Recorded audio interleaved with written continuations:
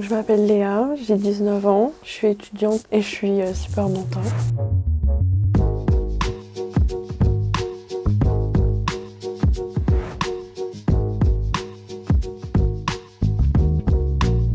Comme toute personne de 19 ans, j'ai fait toutes mes études, on va dire bien. J'ai toujours aimé notamment les langues et le français à l'école. Donc c'est pour ça que j'ai fait ce choix quand je suis arrivée à l'université de prendre LEA.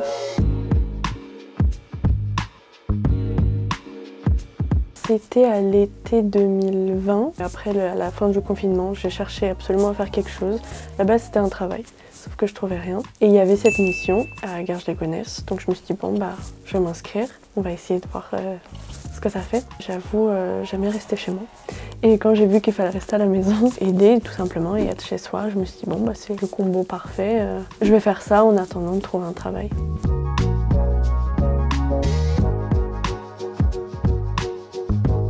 Selon moi, elle est importante pour les jeunes parce qu'on a tous connu quand on était enfant, soit d'autres personnes qui galéraient à l'école et qui n'avaient personne pour les aider. Ça peut vraiment aider les enfants qui galèrent à l'école. Et dans un autre cas, moi dans mon cas, je suis un petit garçon qui est arrivé en France depuis 2 ans. Je l'aide avec les bases du français. Et ça peut aussi aider donc, des enfants dans ce cas-là qui ont des difficultés mais qui viennent pas juste de l'école comme tout le monde, qui ont des difficultés parce qu'ils connaissent pas la langue tout simplement.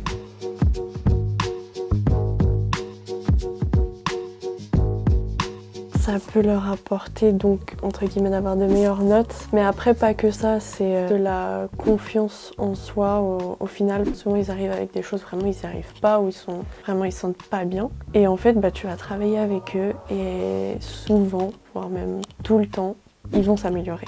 Donc forcément ils vont être plus confiants et voilà.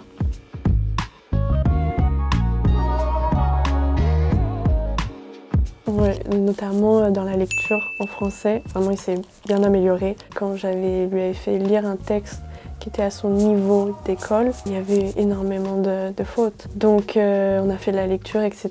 Et maintenant même quand il me lit des phrases d'exemple dans des exercices et qu'il ne fait pas une seule faute, ouais, là il y a vraiment de l'amélioration.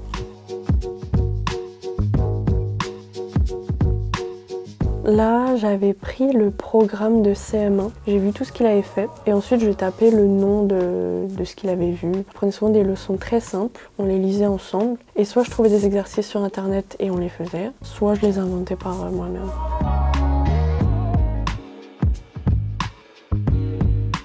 Bah, c'est de voir l'amélioration en fait, c'est rien que là la lecture là, bah, forcément j'étais fière quand j'ai vu qu'il s'est bien amélioré dans la lecture. C'est de se dire on va participer à l'amélioration dans, je dirais pas jusque dans la vie, mais peut-être dans la vie quotidienne d'un enfant par rapport à l'école.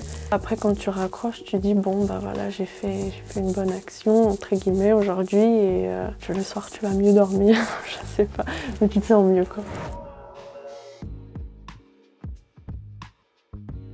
Franchement, il ne faut pas hésiter parce que nous, en tant que mentor, on est là pour vous aider et on a envie de le faire vraiment. Par exemple, moi, un jeune, s'il n'arrive pas dans une certaine matière ou dans certains trucs, on peut passer 4 fois 1 heure dessus. Moi, je m'en fiche. Moi, je suis là pour qu'il réussisse. C'est vraiment une expérience à faire. Bah, voir l'évolution d'un enfant auquel on a su qu'il avait des difficultés, on a vu ses difficultés et voir ses difficultés disparaître un peu grâce à soi parce que bon, on l'a aidé, mais c'est lui qui fait la plupart du boulot. On se sent vraiment utile et en même temps, c'est fou aujourd'hui en 2021 d'être utile mais en restant chez soi, quoi. On peut aider tellement facilement.